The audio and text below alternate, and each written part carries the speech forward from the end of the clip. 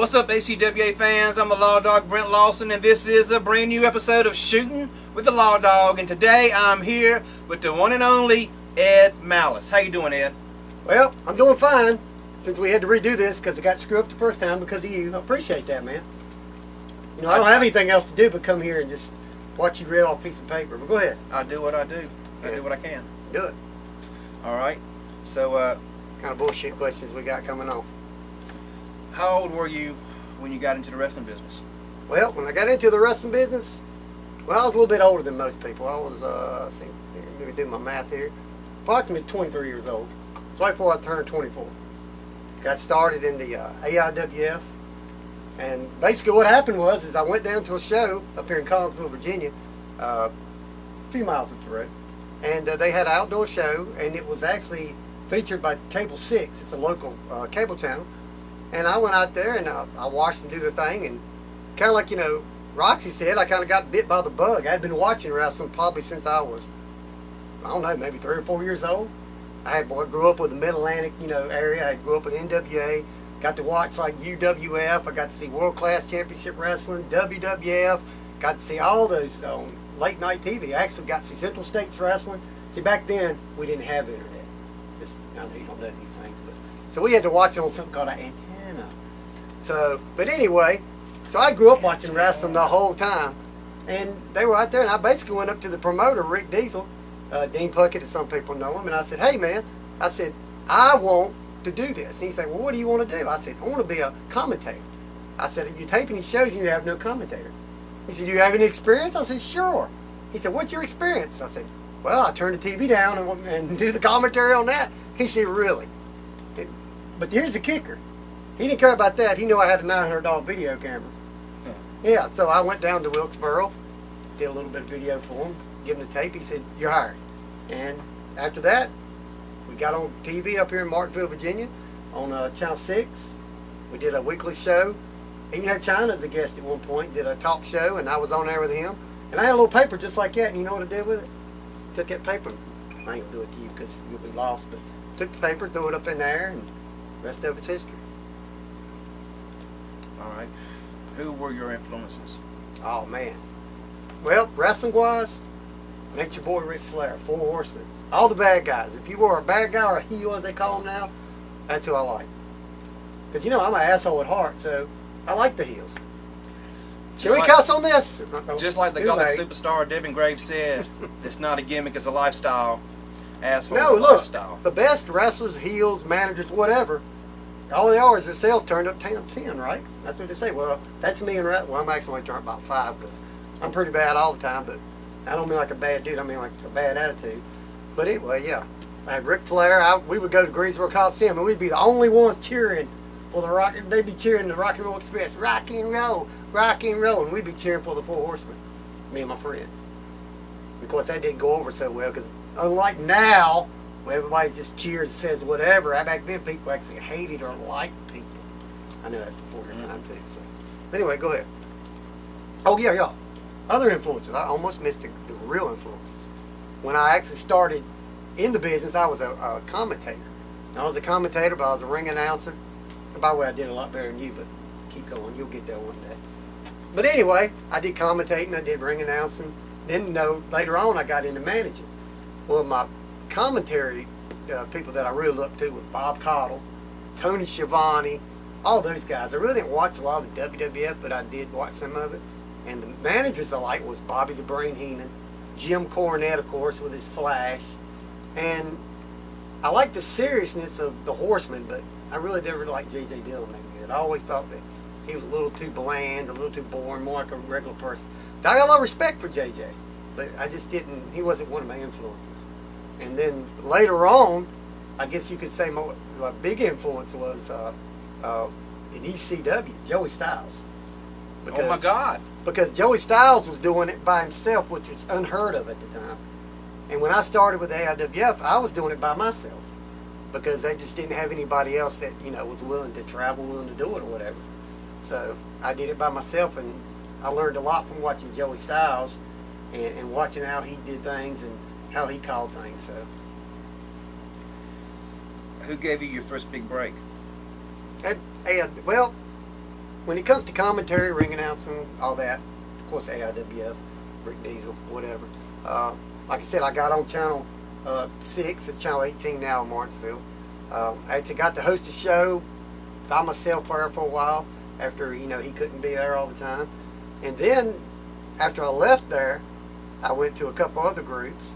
But my big break as a manager come with Chris Nelson, of all people. Shout out to Chris Nelson and Preppy Pirate Outfitters. But yeah, I joined there and he actually let me become a manager. He let me move to that next level. And don't get me wrong, I did manage him in AIWF. I managed Don Carson and his group. And I loved it, man. It was great, but I had to use my real name. Tennessee Violence Authority? Tennessee Violence Authority. That's where I got my first break as a manager. But I really didn't get my first break as a character of being myself, of bringing my crazy side out until I got to You had to Renegade bring the American asshole Wrestling. out. Well, I was an asshole all the time, but I mean, like, my wild side, the part where I could let my personality out, until I got to Renegade American Wrestling, that's when Ed Knowledge was born. Ed Knowledge? Ed Knowledge, yes, that was me until 2012. Wow, I didn't even know Yes. that. Okay. Ed Knowledge, that means I'm smart, unlike people like you. Duh, Yep, duh, duh. yep. Go ahead. All right. Have you ever done any hardcore wrestling? No, I haven't done. I've done some hardcore stuff other places. Not any wrestling. No. But I have been beat up a few times, and not super hardcore. Probably the worst thing I've ever had happen to me is it wasn't really hardcore, but it felt hardcore. Is I got thrown in the ropes, and I got my head caught in the ropes, and it kind of whiplashed my neck and everything, and I had like a minor concussion for a while. I've been hit with a trash can by Robert Stanley, that big fat potbelly redneck. He rang my bells, and I seen little birdies flying around. But besides that, no. But I mean, I did follow hardcore wrestling, ECW. I went to 4 of their shows. When they were not, I mean, real ECW, not the fake ECW from WWE days. You told me before that you was at one of the last shows ECW. I was, one of the last 2 or 3 shows. It was their last show. Yeah, Salem, Virginia. I went to that show. I went to one in Asheboro. You said it was like anything goes. Yeah, they were breaking balls to the wall. Anybody knows in Virginia, you're not supposed to be fighting outside the ring. You're not supposed to be bleeding. You're not supposed to be drinking a 6-pack of beer, Sandman, sitting on the ring apron drinking beer. And but yeah, it was him and Chili Willie, and I think it was the Baldies and all. They were just like all over the place, man. But yeah, ECW, I really enjoyed their hardcore wrestling, but I think I enjoyed it there more than I do now, because back then it was novel, it was new. Now, nothing against Raven Havoc and all those guys. I mean, I respect what they do with their bodies, but I don't really like hardcore wrestling. So, no, I wouldn't do a hardcore match, except for unless I could beat up Matt Mahoney again, even though I've managed him, because it was fun. Anyway, go ahead. Since you've been in the business, have you ever left it for any amount of time? I actually left the business from 2004 all the way through 2011. Okay. I did do the John Chilton Memorial Show every year after John Chilton passed, because I was there. I actually went to his funeral. For those who don't know, John Chilton was a wrestler that wrestled with the SCWA, and he passed away because of his girlfriend that shot him, piece of trash. But every year they have a show for him, and I knew him pretty well. I'm one of the few in the HCWA that worked with him. And I always make sure I did his show every year. But that's the only show I did for probably 7 years, almost 6 or 7 years. And I did it because I had a child, got married, and I don't know. And I got disoriented too because, I don't know what the word is, but disgruntled. Because they brought Rick Diesel in and to the HCWA and SCWA at the time. And I don't know, man. He kind of shot on me, and I kind of shot on him, and I was just like, you know what? This ain't what the business is about. We're not here to shoot on each other. We're not here to legit be angry at each other. We're here, man, to entertain the fans. And yeah, you can be mad, but when it goes too far, it's time to say, shit on this. And that's what I did. I said, shit on it. All right. And I just left the business until I got my head straight, and I was ready to come back. That leads to my next question. What made you decide to come back? Well, what made me decide to come back? Well, that's a good question. They started wrestling down. They started wrestling down in Eden, and at the time it was the SCWA, and Robbie was still involved with it. but so was Mark Cates and a few other people, and they were running down there in Eden. Well, it was real convenient for me to go back, and I went to a couple of shows, and I knew a lot of the people there. And, like, hey, why don't you come back and do commentary here? Why don't you, come back and do this? So I got with Bill McMichaels, who big shout out to Bill McMichaels if he's watching this, one of my best commentating partners ever. He wanted me to come back, so I came back, and we started doing commentary, and one thing led to another, and finally I got back into the HCWA. Well, I was a little late getting started. I think it was 2013 or 14. I came back to HCWA and started managing again, and I did a little bit of commentary and all that. But yeah, I don't know. It wasn't one thing. It's like everybody else is telling you. Once you got it in your blood, it's hard to get it out.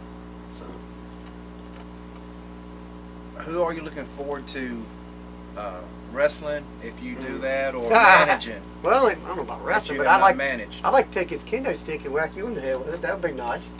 But I can't do that here because, we could get in trouble, But if it was outside the wrestling ring, or you could put one foot in there, I could, maybe conk you in the head. But no, keeping it real. I want to take the old school Outcast to the next level. For those people who don't know, the old school Outcast are Rick and Tony. And Matt Mahoney, I don't know where the hell he's at. I guess he's home pulling a drunk again. But anyway, Matt Mahoney, watching you, boy. But anyway, Rick and Tony, Matt Mahoney, I want to take the old school Outcast to the next level. Not only do I want to take them next level, I want to add to the group. With that being said, I'm in negotiations with a few other people who I can't disclose at this time. HCWA knows about it because, we got to dot your I's and all that. But I'm not going to say who, but it's going to be very, very interesting. We'll just leave it at that. And like other managers have said, Jesse Santana, I got a lot of respect for you, but your time at the top is coming to an end, my friend.